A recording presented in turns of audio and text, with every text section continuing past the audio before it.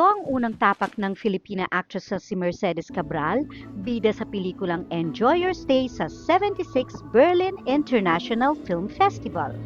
Bagamat ang pelikula ay hindi entry ng Pilipinas, kundi isang Swiss entry, masaya si Cabral na napansin ang kanyang pelikula na nagpapakita ng karanasan ng isang cleaner sa Switzerland, ang pananamantala at ang dalang emotional at economic pressures sa mga migranteng walang papel na nagtatrabaho sa Europa.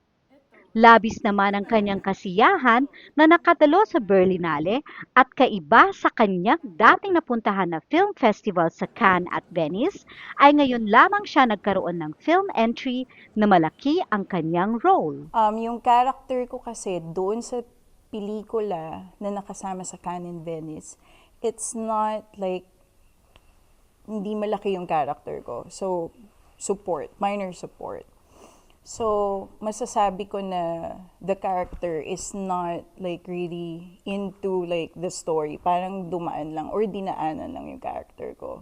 Compared dito sa Berlinale na yung film namin, ako kasi yung nag-lead. So, it's a different pressure. Nagulat din siya nang mapanood niya ang kanyang pelikula sa big screen sa premiere night dahil ibang-iba daw ito nung binasa niya ang script. It wasn't something na ini-expect ko na ganun siya ka-intense pala and mabigat yung story. So, na-appreciate din namin kasi no-obserbahan din namin yung reaction ng mga tao and inaabangan nga namin kung may mag-walk out ba or not. Pero nakakatuwa kasi kinapitan talaga nila yung story and yung character ko from beginning to end. And Orey Solito was there.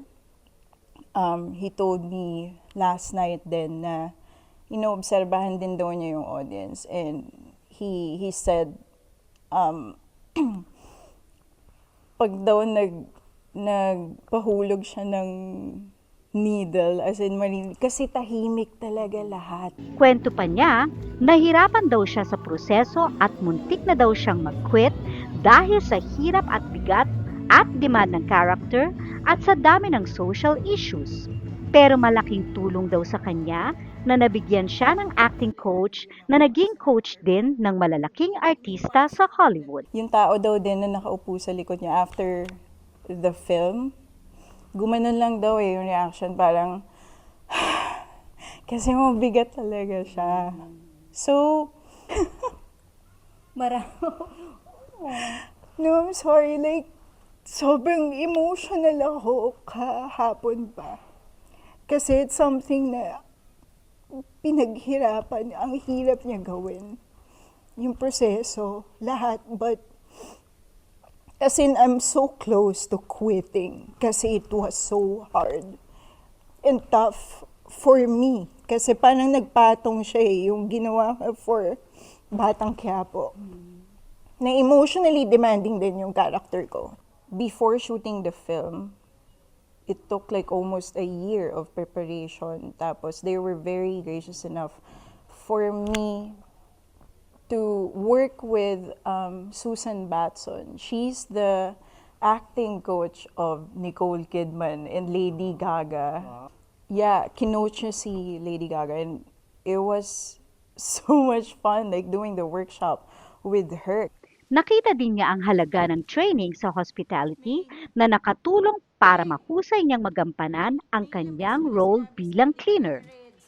And then I took a workshop also with Miss Angeli Bayani na coach naman with the Meissner technique. So ang ganda ng combination na yun. So preparation-wise, nag-training din kami sa hospitality school. Kasi inisip ko, we're just gonna clean anyway. Anong hirap doon? Pero nung nag-workshop na kami or nag-attend kami ng hospitality school, doon ko nalaman na it's very vital kasi may tamang proseso. Ano yung unang lilinisin, paano. Nagpasalamat rin si Cabral na nagkaroon siya ng direktor na nag-build talaga ng relationship sa kanyang mga actors. I'm very grateful to work with our great writer, si Hanilyn Alivio, saka si Dominic Locher, yung director nga namin. Isa siya sa pinakamagaling na director na nakatrabaho ko. Sinabi rin niya na sa tingin niya, maraming makakarelate sa character niya ngayon, lalo na ang mga nanay na nagtatrabaho na malayo sa pamilya at anak. Kukurot daw ito sa mga puso ng mga pamilya at ibang-iba nga daw ito sa character niya bilang si Lena ng Batang Quiapo. So tingin ko naman, pagka napanood nila, they're not gonna hate me. Katulad ng how they hate Lena character kasi totally different characters ito. And I'm 100% sure na if mapanood to ng mga Pilipino, you're gonna be so proud of this film. Sold out ang mga tickets at sa huling araw ng showing ng Enjoy Your Stay, ang haba pa rin ang pila ng mga moviegoers na umaasa pang makakuha ng ticket para mapanood ang pelikula.